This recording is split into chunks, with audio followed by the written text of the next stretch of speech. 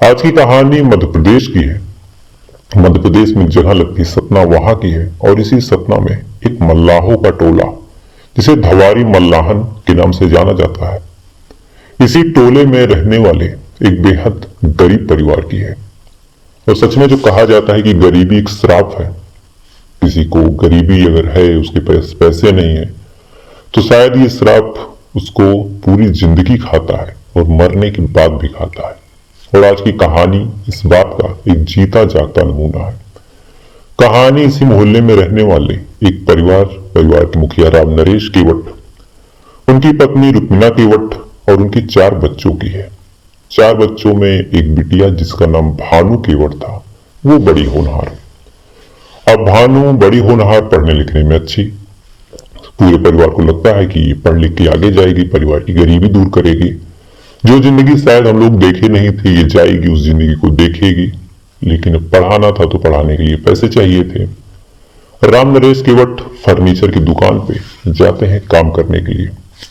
वहां पे बढ़ई का काम करते हैं। जो कुछ पैसे मिलते हैं उससे अपना खर्चा, अपने घर का खर्चा, अपने बच्चों का खर्चा उसको बखूबी निभाते हैं।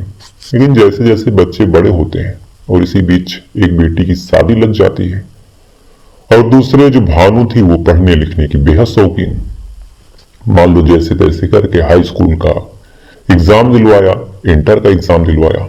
उसके बाद अब भानु ने कहा कि उसे जो है एलएलबी करना है, एलएलबी करके वकालत करनी है। अब वकालत किसी जगह से करने के लिए ठीक ठाक पैसे चाहिए। मान लो जैसे तैसे करके पिता ने कहा कि ठीक है बेटा जाओ पढ़ो, जो कुछ पैसे लगेंगे मैं तुम्हें दूंगा। भानु जाती है, एडमिशन लेती है। एडमिशन लेने के बाद अपनी पढ़ाई शुरू करती है। लेकिन अब जैसे जैसे वक्त गुजरता जा रहा था, बच्चे बड़े होते जा रहे थे, महंगाई भी बढ़ती जा रही थी, तो जो परिवार का खर्चा है वो कहीं ना कहीं मुश्किल हो रहा था। अब भानु को भी अपनी पढ़ाई के लिए, कभी प्रोजेक्ट के लिए, कभी किसी और चीज के लिए, कभी कॉपी के लिए, कभी किताब के लिए, कलम खरीदने के लिए आए दिन पैसे अपने पिता से मांगने पड़ते थे। अब भानु बेहद स्वाभिमानी थी, उसे पैसे मांगने भी अच्छे नहीं लग रहे थे। तब भानु के दिमाग में आता कि क्यों ना कहीं पे नौकरी वगैरह कर लिया जाए। अब एक लड़की जिसे पढ़ाई भी करनी है, पढ़ाई के प्रति बेहद सीरियस है, नौकरी भी करनी है, तो नौकरी ऐसी जगह करनी थी जहां से उसकी पढ़ाई में भी सपोर्ट हो जाए, कुछ पैसे भी मिल जाए, और दोनों चीज में एक ऐसा बैलेंस बने कि जो भानु है उसे किसी एक को चुनना ना पड़े। लिहाजा भानु जो है नौकरी की तलाश में अपने उसी मोहल्ले के आसपास, अपने उस जगह के आसपास घूमती है। किसी दुकान पे जाती है, पूछती है कि कोई काम धंधा हो तो बताइए। किसी और जगह जाती है तो पूछती है कोई काम धंधा हो तो बताइए। लेकिन अब एक लड़की लगभग 22-23 साल जिसकी उम्र हो, उसको या तो गांव के माहौल में ना तो कोई अपनी दुकान पे ऐसे काम पे रखना चाह रहा था कि कल को कोई लांछन लग जाए, कल को कोई और बात हो जाए। भानु भी किसी ऐसी दुकान पे जाना नहीं चाह रही थी जहां उसकी अस्मिता, उसकी गौरव के साथ छेड़खानी हो, जहां उसकी उस पढ़ाई लिखाई के खिलाफ काम करना पड़े। लिहाजा भानु भी कोई सम्मानित जगह काम चाहती थी। ये कपड़ों की दुकान पे जाती है कि मैं आपके काउंटर को संभाल लूंगी, कभी किसी और जगह पे जाती है, और इसी बीच ये पहुंच जाती है एक फैमिली डेंटल केयर, जिसके मालिक यानी जो इसके संचालक थे डॉक्टर आशुतोष त्रिपाठी। इनकी दुकान पे जाती है। जाने के बाद कहती है कि सर आप अच्छे भले डॉक्टर हैं, ठीक ठाक आपकी दुकान चलती है, तो अगर संभव हो तो अगर कोई जगह खाली हो तो मुझे नौकरी दे दीजिए। ज्यादा पैसे नहीं चाहिए, बस इतना हो कि पढ़ाई लिखाई में जो कुछ पैसे माँ बाप से डेली मांगने पड़ते हैं वो पैसे ना मांगने पड़े। अपना खर्चा, अपने मोबाइल का खर्चा, अपने कॉपी कलम का खर्चा अगर वही निकल जाए तो बहुत बड़ी बात है। लिहाजा अगर हो तो दे दीजिए, नहीं तो कोई बात ही नहीं। अब डॉक्टर आशुतोष जो है इसको देखते हैं। देखने के बाद पूछते हैं, सामने बैठाते हैं, कहते हैं कि कितनी पढ़ी लिखी हो। ये अपनी पढ़ाई बताती है कि इतने अच्छे नंबर मेरे थे हाई स्कूल में, इतने अच्छे नंबर मेरे इंटर में थे, आगे की पढ़ाई में बड़ी लगन से कर रही हूँ। डॉक्टर आशुतोष पूछते हैं कि इंग्लिश वगैरह आती है कि नहीं। ये कहती है कि हाँ इंग्लिश आती है। फिर थोड़ी बहुत एग्जामिनेशन करते हैं, पूछते हैं 2-4 सवाल। अब लड़की पढ़ने में तेज थी तो फर्राटा बताती है, सारे सवालों के जवाब देती है। अब डॉक्टर आशुतोष को भी लगता है कि चलो लड़की ठीक है, पढ़ने लिखने में अच्छी है, वैसे भी मुझे दिक्कत होती है, अकेले पर्चा बनाना, अकेले नंबर लगवाना, सारी चीज करना, बहुत बड़ी दुकान है नहीं। तो लड़की रहेगी कम से कम, काउंटर संभालेगी, रिसेप्शनिस्ट का काम करेगी, एज असिस्टेंट भी रहेगी, कोई पर्चा होगा, कोई फाइल होगी, कोई दवा वगैरह जो मुझे लिखनी होगी बाकायदा खड़ी रहेगी। अब इसकी ज्यादा पैसे की डिमांड भी नहीं है तो देने में ज्यादा दिक्कत है नहीं। लिहाजा एक काम करते हैं, इस लड़की को नौकरी पे रख ही लेते हैं। डॉक्टर आशुतोष ये बात सोचते हैं, सोचने के बाद इसको कहते हैं भानु को कि ठीक है बेटा, कल से आओ, ज्वाइन करो, अच्छे से काम करना, तुम्हें 3,000 रुपए शुरुआती मिलेंगे। अब भानु जहां जिसके पास 5 पैसे का जुगाड़ ना हो, सामने से बगल में ही घर से थोड़ी दूर पे 3,000 रुपए का एक नौकरी मिलती है। नौकरी भी ज्यादा थी नहीं, डॉक्टर जो आशुतोष त्रिपाठी थे उनकी क्लिनिक पे 2 टाइम जाना होता था, एक सुबह 2 बजे से दोपहर के 2 बजे तक, यानी 4 घंटे ये, और फिर रात को यानी शाम को 4 बजे से 8:30 बजे तक। ऐसा टाइम टेबल था कि भानु आराम से खा पी के निकलती, दोपहर को फिर आके घर खा लेती, फिर शाम को जाती, फिर रात को 9 बजे तक घर पहुंच जाती। ज्यादा काम नहीं था, चुपचाप बैठी रहती है, अपना जो भी मरीज वगैरह आते हैं, पेशेंट वगैरह, उनके अपॉइंटमेंट को लगा देती, उनकी पर्ची बना देती, सारी चीजें कर लेती। अब भानु भी उस काम में रम चुकी थी। डॉक्टर आशुतोष को भी ये काम, उसका जो करने का तरीका था वो पसंद आने लगा। तो धीरे धीरे जो भानु थी अपने काम को बढ़ाने लगती है। क्योंकि अब पढ़ी लिखी थी, मन में जिज्ञासा थी, तब इसे लगता है कि अब अकेले यहाँ पे दिन भर बैठे रहना, पर्ची लगाने के बाद ज्यादा काम नहीं होता, तो क्यों ना कुछ नर्स वाला काम सीख लिया जाए। डॉक्टर साहब के बगल बगल खड़े रहना है, डॉक्टर साहब जो कुछ करेंगे बस वही देखना है, देखने के बाद जहां ना समझ में आए पूछ लेना है, बाकी चीजें सॉर्टेड है। बाकी आज के टाइम में गूगल है, यूट्यूब है, कोई दिक्कत है नहीं। इतना भानु सोचती है, इस बारे में डॉक्टर आशुतोष को बताती है। बहरहाल शुरुआत में डरते सहमते बताती है कि डॉक्टर साहब पता नहीं उनको अच्छा लगे बुरा लगे, उन्हें यह ना लगे कि मैं लालच में पड़ रही हूं, कोई और बात दिमाग में आ जाए। जैसे तैसे करके डॉक्टर भानु जो है वो बताती है डॉक्टर को। जैसे ही डॉक्टर ये बात सुनता है, डॉक्टर बेहद खुश होता है। डॉक्टर कहता है कि मैं तो चाह ही रहा था कि कोई ऐसा हो जो सारे काम करे, थोड़ी बहुत मेरे काम में आसानी हो जाए। ठीक है, कल से तुम रिसेप्शन भी संभालो, जो भी पेशेंट आएंगे उनकी एंट्री वगैरह करना, उनके अपॉइंटमेंट्स लगा देना, और जब मैं चेकअप करता रहूं तुम मेरे बगल खड़ी रहना, जो कुछ होगा तुम देखती रहना। तुम भी कुछ सीख जाओगी, हो सकता है आने वाले टाइम में बहुत डिग्री की जरूरत है नहीं, गांव वगैरह में तो खोल ही सकती हो, बाकायदा तुम भी खोलोगी, 4 पैसे कमाओगी। कभी ऐसा भी हो कि मैं ना रहूं तो मेरी गैर मौजूदगी में तुम दवा वगैरह भी दोगी।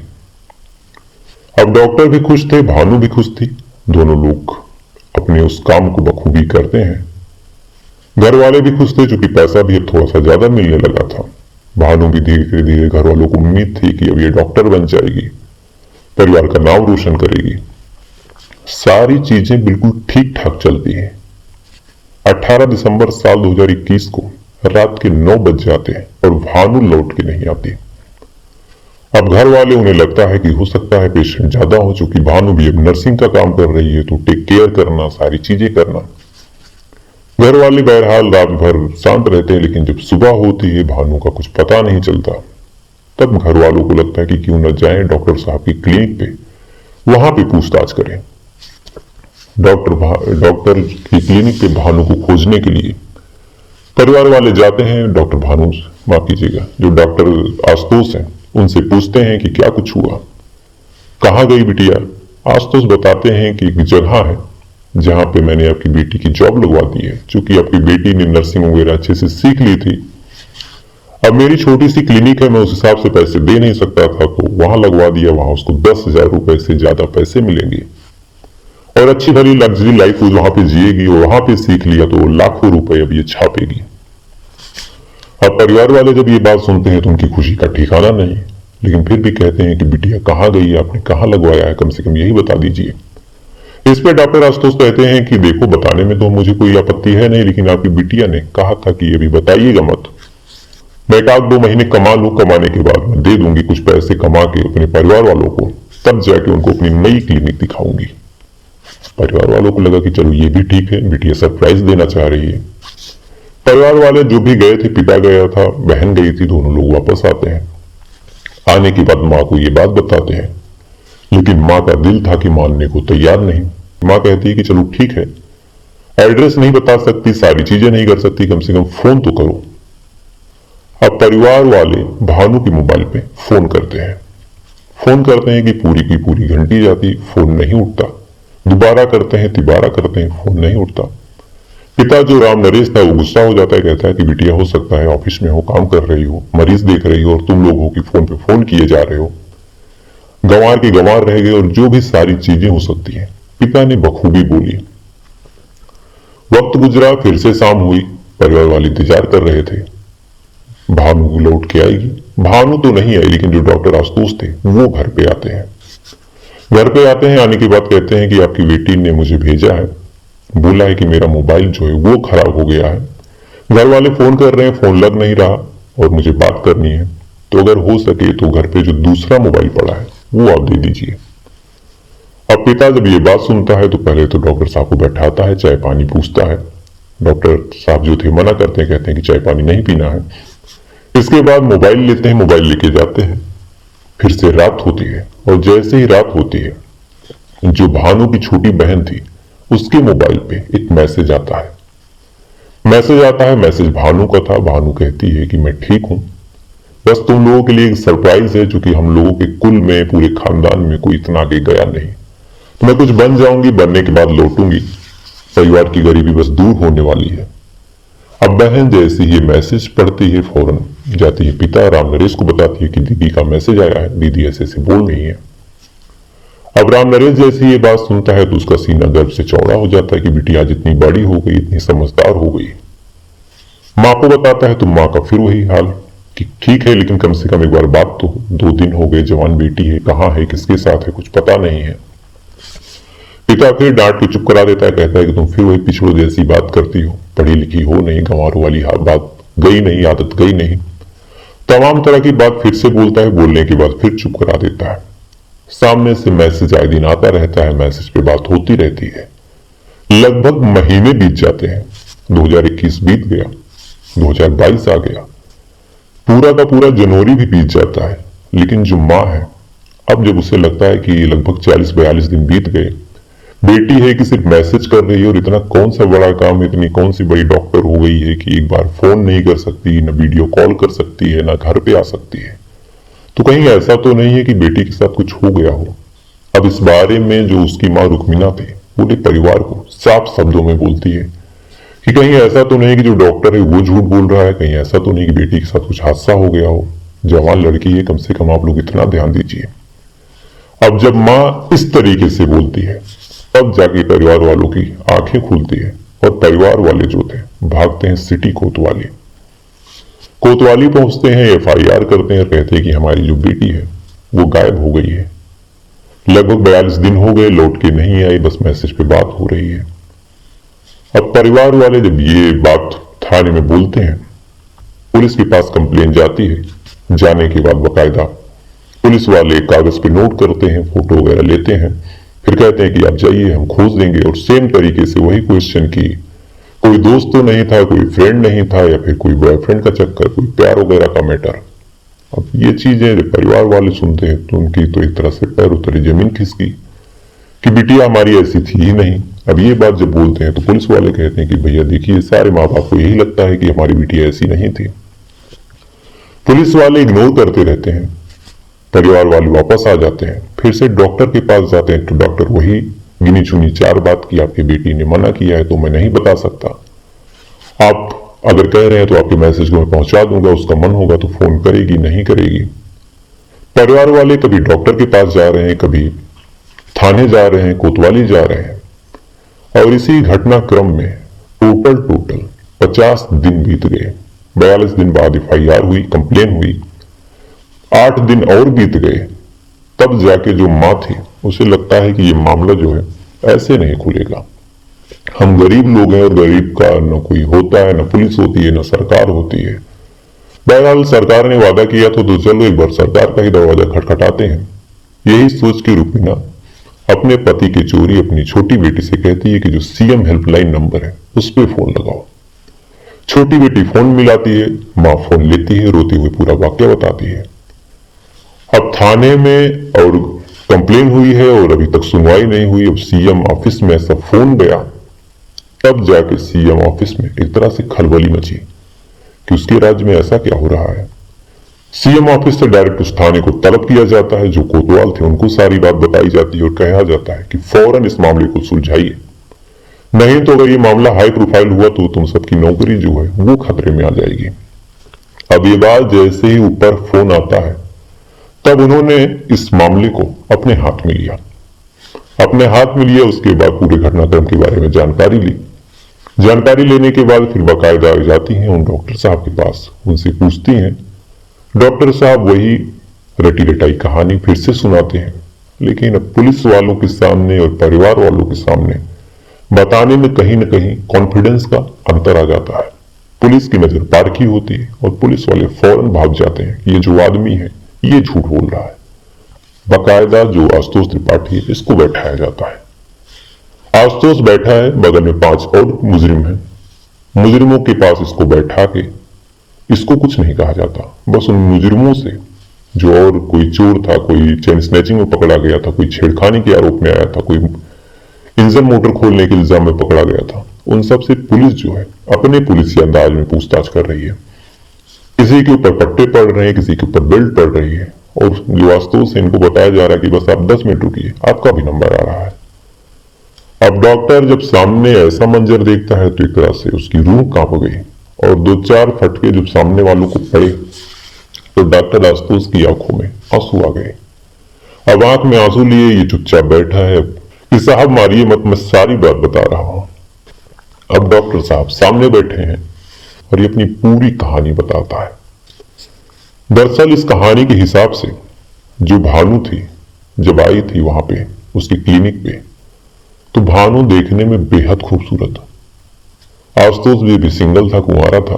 आशुतोष देखता है, देखने के बाद भानु की तरफ अट्रैक्ट होता है और जो फेवर और जो सारी चीजें भानु को कर रहा था महज उसकी खूबसूरती की वजह से कर रहा था। अब इतना पक्ष लेता है, जो भी भानु कहती वही सही मानता, कहता कि यही सही है, जो तुम्हारा मन वो करो, ये पूरी दुकान तुम्हारी है, पूरा डिस्पेंसरी तुम्हारी है, सारी चीजें पूरा सामान तुम यूज करो। तो भानु को भी लगता है कि आशुतोष दिल का देखो कितना अच्छा है। ऐसे लोग आज के टाइम में मिलते कहाँ है, पैसा तो है लेकिन पैसे का घमंड नहीं है, दिल का साफ है, नेचर का अच्छा है। भानु भी आशुतोष की तरफ अट्रैक्ट होती है। आशुतोष भी भानु के प्यार में पड़ा ही था, अपने प्रेम जाल में उसे फंसाना ही चाह रहा था। धीरे धीरे इन दोनों के बीच नजदीकियां आती हैं और जो टाइम था इनका ऑफिस का, कायदे से कहें तो काम का, 10 से 2 और 4 से 8:30, यानी 2 घंटे ये दोनों अकेले रहते थे। कोई पेशेंट नहीं होता था, कोई और काम नहीं होता था। 2 घंटे एक दूसरे से प्यार भरी बातें करते और वो सारी चीजें करते जो एक प्रेमी या फिर एक कपल के बीच होता था। चीजें चलती रही, वक्त गुजरता गया, भानु इसके प्यार में सीरियस होती गई। बाकायदा ये भी भानु को यूज करता गया। भानु से कहता है कि थोड़ा वक्त गुजर जाए, मैं तुमसे शादी कर लूंगा। भानु को भी यही चाहिए था कि एक लड़का है, बेहद सेटल है, दिल का अच्छा है, इसे प्यार करता है, इसको शुरू से जानती भी हूं, नेचर भी सही है, तो इससे शादी हो जाएगी तो पूरी जिंदगी भी मेरी अच्छे से गुजरेगी। भानु को यही उम्मीद थी कि ये शादी करेगा, लेकिन अब वक्त गुजरा, भानु की बहन की जब शादी लग गई और भानु का भी रिश्ता देखा जाने लगा, तब भानु टेंशन में आती है। आने के बाद डॉक्टर आशुतोष के पास पहुंचती है, कहती है कि आज मेरे रिश्ते वाले आए थे, आप कब मुझसे शादी करोगे। आशुतोष कहता है कि कुछ दिन बात कर लेंगे, अभी बहुत कमाना है, बहुत कुछ बनाना है। भानु को भी लगता है कि भाई बड़े लोग हैं, हो सकता है कुछ इनका प्लान हो, हम गरीब लोग, हमें ज्यादा ज्ञान नहीं है। बात आई गई हो जाती है। कुछ दिन बाद फिर से भानु कहती है, फिर आशुतोष टालता है। फिर कुछ दिन बाद भानु कहती है, फिर आशुतोष टालता है। और जितनी बार ये टाल रहा था, भानु को भी कहीं ना कहीं अब इसके ऊपर डाउट हो रहा था। भानु को भी लग चुका था कि ये जो आदमी है ये मुझे बस as a sex doll use किया है। हालांकि किसी के बारे में ऐसा बोलना अनुचित है, लेकिन जो भानु की थिंकिंग उस टाइम आई थी, जो कुछ स्टेटमेंट उसने दिया, उस हिसाब से भानु ने सेम चीज सोची थी। और यही सेम चीज आशुतोष से उसने बोली कि जब तुमको मुझसे शादी नहीं करनी थी तो तुमने महज मेरा यूज किया है, मेरा शोषण किया है, और इस बारे में मैं जाऊंगी, पूरे इलाके को बताऊंगी, अपने घर बताऊंगी, तुम्हारे खिलाफ कंप्लेन करूंगी। 18 दिसंबर की ये तारीख थी। भानु इतना कहते हुए वहां से निकलती है। पीछे से ही उसका दुपट्टा पकड़ता है, पकड़ने के बाद खींचता है। भानु फर्श पे गिरती है, उसका जो सर था फर्श से टकराता है। अब आमतौर पे जो पिछला हिस्सा होता है सर का, वो बेहद नाजुक होता है। कायदे से अगर एक कंकड़ भी तेज से लग जाए तो आदमी की मौत हो सकती है। भानु गिरती है, गिरने के बाद बेहोश होती है। अब भानु बेहोश है, इसको लगता है कि अभी मामला बाहर गया तो हम फंस जाएंगे। इज्जत का भी डर था, सोसाइटी का भी डर था, बाकी प्रोफेशन का भी डर था। लिहाजा उसी समय ये उसी के दुपट्टे से उसका गला घोंट देता है। गला घोंटता है, गला घोंट की हत्या कर देता है। लेकिन बीच चौराहे के पास इसकी दुकान, तो इस लाश को बाकायदा मोड़ता है। मोड़ने के बाद जो इसका काउंटर था उसी मेज में उस लाश को ये छुपा देता है। लाश को छुपाता है, छुपाने के बाद बाकायदा ये अपने पेशेंट्स को देखता है, फिर जाता है, अपनी दुकान बंद करता है, घर जाता है। जाने के बाद फिर से सोचता है कि अब क्या किया जाए। फिर वापस डिस्पेंसरी आता है, फिर देखता है कि जो पतला सा गलियारा है, लगभग 1.5 मीटर चौड़ा गलियारा है, बगल में रैन बसेरा, इस साइड इसकी दुकान। तो इस गलियारे में गड्ढा खोद के दफन कर दिया जाए तो शायद लोगों की ज्यादा निगाह भी नहीं पड़ेगी और मामला रफा दफा हो जाएगा। फिर से पूरे के पूरे दिन उस लाश के साथ अपने मरीजों को देखता है, लाश वहीं बंधी पड़ी है। अगले दिन फिर ये जाता है, मजदूर बुलाता है, गड्ढा खुदवाता है। खुदवाते टाइम जब कुछ लोग आते हैं आसपास के कि डॉक्टर साहब क्या कर रहे हैं, तो बड़ा सही दिमाग लगाता है। कहता है कि ये जो रन बसेरा है इसके पानी की वजह से, जो इसका टॉयलेट का पानी है, इस वजह से मेरे दुकान में सीलन लग रही है। तो आप लोग एक काम कीजिए, कुछ आप लोग भी चंदा वगैरह दे दीजिए जिससे अच्छे से इसको बनवा दिया जाए। अब चंदे का नाम सुनते ही सारे लोग वहां से 9-11 हो जाते हैं और आसपास के लोगों को बताते हैं कि वहां मत जाना, नहीं तो वो चंदा लेगा। और ये चाह भी रहा था कि कोई आए ना। बकायदा ये गड्ढा खोदता है, मजदूरों से खुदवाता है, खुदवाने के बाद उनको पैसे देके भेज देता है। फिर ये मार्केट जाता है, नमक की बोरियां लेके आता है। अब सारे लोग इसको महज दूर से देख रहे थे, इससे खुद नजर बचा रहे थे। और जिस हिसाब से जो लोकेशन थी, तो उस लोकेशन पे अगर आप सामने से ना खड़े हो तो आपको कुछ दिखेगा नहीं कि वहां पे हो क्या रहा। ये शाम होने का इंतजार करता है, इंतजार करने के बाद लाश को उस गड्ढे में डालता है। डालने के बाद उसके ऊपर नमक की बोरियां डाल देता है। फिर थोड़ी दूर जाता है और देखता है कि मरा हुआ कुत्ता पड़ा है, उस कुत्ते को भी लाता है, वो भी डाल देता है। यानी अगर कभी बदबू की वजह से ये मामला खुले भी और गड्ढा कभी खोदा जाए तो आदमी पहले कुत्ता देखेगा और सबको लगेगा कि महज कुत्ता दफना है और ये मामला कभी खुले ना। तो नीचे लाश पड़ी है, उसके ऊपर नमक का एक मोटा लेयर, उसके ऊपर फिर मिट्टी और मिट्टी के ऊपर एक मरा कुत्ता दफन कर देता है। इतना करने के बाद फिर सारे सबूत, सारी चीजें मिटा देता है। उसके बाद बाकी की जिंदगी जैसे जी रहा था वैसे ही जीता है। जब ये मामला सुनते हैं फौरन जाती हैं उस क्राइम सीन पे, खोदते हैं तो सच में एक मरा कुत्ता मिलता है। कुत्ता मिलने के बाद फिर से खोदती हैं तो बाकी बॉडी मिलती है। बॉडी भी नमक की वजह से बिल्कुल कंकाल बन चुकी थी। अब उस बॉडी को शिनाख्त करने का, पहचान करने का और कोई रास्ता नहीं था। फिर उसका डीएनए सैंपल लिया जाता है, बाकी परिवार वालों का डीएनए सैंपल होता है। उसके बाद डीएनए सैंपल मैच होता है, मामला कोर्ट में जाता है और 1 साल तक, मोटा मोटी देखा जाए तो 20 तारीख को ये मामला खुला था। पोस्टमार्टम रिपोर्ट, पंचनामा और चार्जशीट बनने में 5-6 दिन का वक्त लगा होगा। इतना होने के बाद फिर लगभग मान के चलिए कि मार्च महीने में मामला एक कोर्ट में गया होगा। मामला कोर्ट में गया और 1 साल के अंदर जब फैसला आया तो फैसला जिस जज ने दिया, उनका नाम माननीय जज जो मुख्य न्यायाधीश थे उस कोर्ट के, गुरु, उन्होंने डॉक्टर आशुतोष को 2000 रुपए जुर्माना लगाते हुए उम्र कैद की सजा सुना दी। अब 2000 जुर्माना प्लस उम्र कैद की सजा। मां ने जो बयान दिया वो भी बड़ा इमोशनल करने वाला था। मां ने कहा कि हालांकि मैं खुश तो नहीं हूं, लेकिन कम से कम संतुष्ट जरूर हूं। कायदे से ऐसे दरिंदे को फांसी होनी चाहिए थी। दोस्तों, अगर सच्चे क्राइम की अनकही कहानियां आपको रोमांचित करती हैं, तो अभी डार्क रियलिटी शोज को सब्सक्राइब कीजिए, क्योंकि असली जुर्म की अगली सच्चाई आप मिस नहीं करना चाहेंगे।